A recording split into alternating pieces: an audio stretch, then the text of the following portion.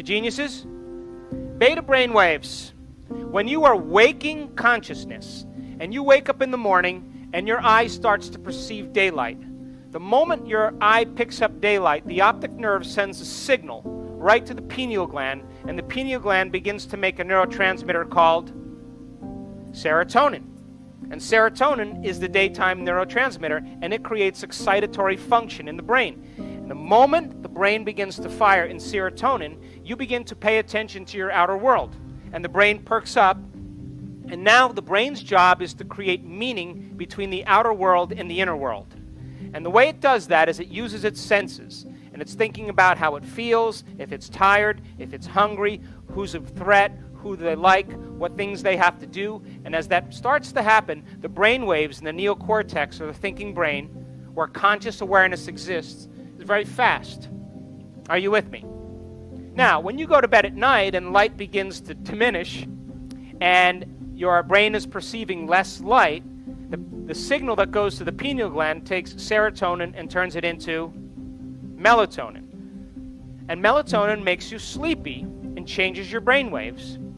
So we could say that Sarah gets you up in the morning and Mel puts you to bed at night. You got it? Now, think about this. If you want to be defined as thought alone, you have to become thought alone. And when you do that, and you close your eyes, and you sit in a meditation, and you put blindfolds on, or you close your eyes, you are disconnecting from your external environment.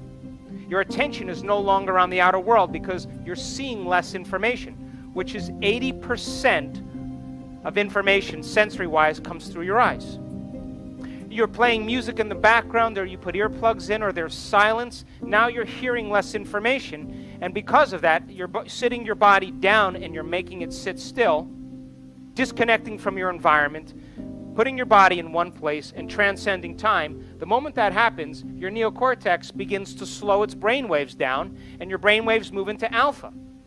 And in alpha, that's the imaginary world, where the inner world is more real than the outer world. You could still hear the outer world, you could sense it, but more of your attention is in the inner world. How many people are with me? Now, if you allow your body to fall asleep and your mind is awake, that's called theta. That's what I call twilight. Now, if you've conditioned your body to be the mind and your body is now asleep, it means it's no longer the mind, which means instantaneous change can happen. And when we studied our students in long meditation, we see these huge bursts of theta, really long, profound bursts of theta, and they are in the netherworld. And their body is resting and their mind is awake. They're dreaming in that state. Now, if you miss that window and you miss that door, you move into delta. And delta is deep restorative sleep. Now, every now and then, we see this in our work a lot of times, you'll see what we call gamma brainwaves. Now, I call gamma brainwaves super consciousness. And when that kundalini energy that's sitting in those lower centers that you use for sexual expression, to digest your food, all the energy you need to drive aggressively or tell your coworker off or being chased by a predator, all the energy that's sitting in these lower centers, instead of being eliminated out, begins to move up. And when that energy begins to move up, that sympathetic nervous system switches on right with the parasympathetic nervous system, and the body is relaxed, and just like an orgasm, that energy begins to release up into the brain. And there's a little gate at the brain stem called the thalamic gate. And the moment that gate opens up, that energy begins to move right into the pineal gland. And the pineal gland is sensitive to pressure. And all of a sudden, that pineal gland gets a rush of energy, and it compresses, and it begins to release electromagnetic energy. And the pineal gland begins to take melatonin and turn it into some very profound neurotransmitters. And we have measured amplitudes of energy in our work 10 times, 100 times, 1,000 times, 26,000 times, 40,000 times normal in the brain. And that's because when that neurotransmitter is released, and that electrical current begins to activate the nervous system, all of a sudden you're tuning in to possibility, and now the brain and nervous system is processing a greater stream of consciousness, and those microtubules in the cells turn on. If you take that same molecule and you tweak it again, you'll find the most powerful hallucinogenic known to man. Now, why is that important? Because the moment that occurs in gamma, what you're experiencing in your inner world is more real than anything you've ever experienced in your outer world, and you'll never forget that moment. And the brain literally tracks it neurologically and produces a new chemical, and the moment that occurs, the body moves out of the past. And we have seen people heal themselves instantaneously when this energy is released. So then, gamma then is super consciousness. It's when the sympathetic nervous system begins to release energy back to the brain, and all the energy you've used to create a baby, to digest food, to run from a predator, is now moving up to the brain from whence it came. And when that occurs, the brain goes into a heightened state, and that's called gamma. So, from the ages of 0 to 2, children, for the most part, are functioning in delta brainwave patterns. They're asleep with their eyes open. Between the ages of 2 and 6, their brainwaves move into theta, which means they're in twilight. And if you ever see a child 2 or 3 years old, they're tracking things around the room that you can't see because they're in a lucid state. Now, between the ages of 0 and 6 years old, their brain is completely in the subconscious state, and all of their attention is on their inner world and not on their outer world. As they begin to learn the laws of the environment, their brainwaves move into alpha. So for the first 6 years of their life, they're in an imaginary state. And so then in alpha, they pretend, they play, they begin to interact with their outer world, and they're paying attention to their inner world. And so as they begin to learn from different things in their environment, they notice a change in their internal chemical state. They're altered in some way. It wakes them up, and they pay attention to whoever or whatever caused that. And because their awareness is now going more on their outer environment, their brainwaves move into alpha. After the age of 12, the door kind of shuts, and now they move into beta consistently. And beta, as I said, is when the outer world is more real than the inner world. So most of you, but not all of you, are functioning for the most part in low-level beta. You're relaxed and you're paying attention to what I'm saying, and because you're relaxed and paying attention, your brain is not threatened in any way, and you're absorbing information. But here's what most of you do when I'm developing a concept or an idea, and you find it particularly interesting. You go from beta to alpha, and you go like this.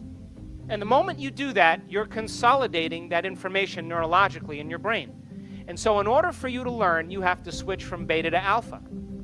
Now, if I said to you, oh my God, I forgot to tell you, there's a 50-question test that you have to take before you leave. And if you can't pass it, you have to stay in here till tomorrow. Your brain would perk up a little bit more, and you'd start paying attention, like we took the light bulb and made it a little bit brighter. But when you are freaked out and emotional or anxious or fearful or angry, you move into high-level beta. And look at high-level beta compared to mid-range beta. It's twice as high. Now, in this state, you understand that it's not a time to learn. It's not a time to trust. It's not a time to communicate. You're not going to say to the predator, come here, sweetheart. I trust you if it's a lion. You're not going to do that, right? You're less likely to trust in that state. And when those chemicals are running, there'll always be a gap between the way things appear and the way things really are. And if you act during that refractory period, you'll always say the same thing. I should have never said that. I should have never done that. I should have never thought that. I should have never sent that nasty email, because you were altered in that state. So we can't learn in this state because no new information will come into your nervous system that isn't equal to the emotion that you're experiencing. So most people take drugs, or they overdo something, or drink alcohol to sedate the body, to relax it so they can drop down those stages. So the job then is to enter the kingdom of heaven. You have to become like a child again. You with me? So let this circle represent your mind. And when you're born, you're totally subconscious mind. How do we know that? Because we just studied the brain waves, and for the first 7 to 12 years of your life, your brain is in a subconscious state. And you learn by these positive and negative identifications and associations. So our groove then is to go from beta to what? And we would call that alpha 2 and theta 2 And we could say then that beta and alpha represent the conscious mind, and alpha, theta, and delta represent the subconscious mind. How many people are with me? Gamma superconsciousness, it doesn't fit in that model. Now, take a look at this. When you're living by the hormones of stress, you produce very incoherent brainwave patterns because different compartments are not working together because it's not a time to communicate. It's time for emergency. And when you measure those brainwave patterns, they're very incoherent. When you begin to connect to source, when you truly allow that consciousness, your subjective free-willed consciousness, to merge with that objective consciousness, which is a loving intelligence and intelligent love, and you begin to merge with it, different compartments of your brain that were once divided begin to work together and synchronize. And when that occurs, you start to feel whole. You start to feel more love for your life. You feel more spontaneous, more poised. You feel clear.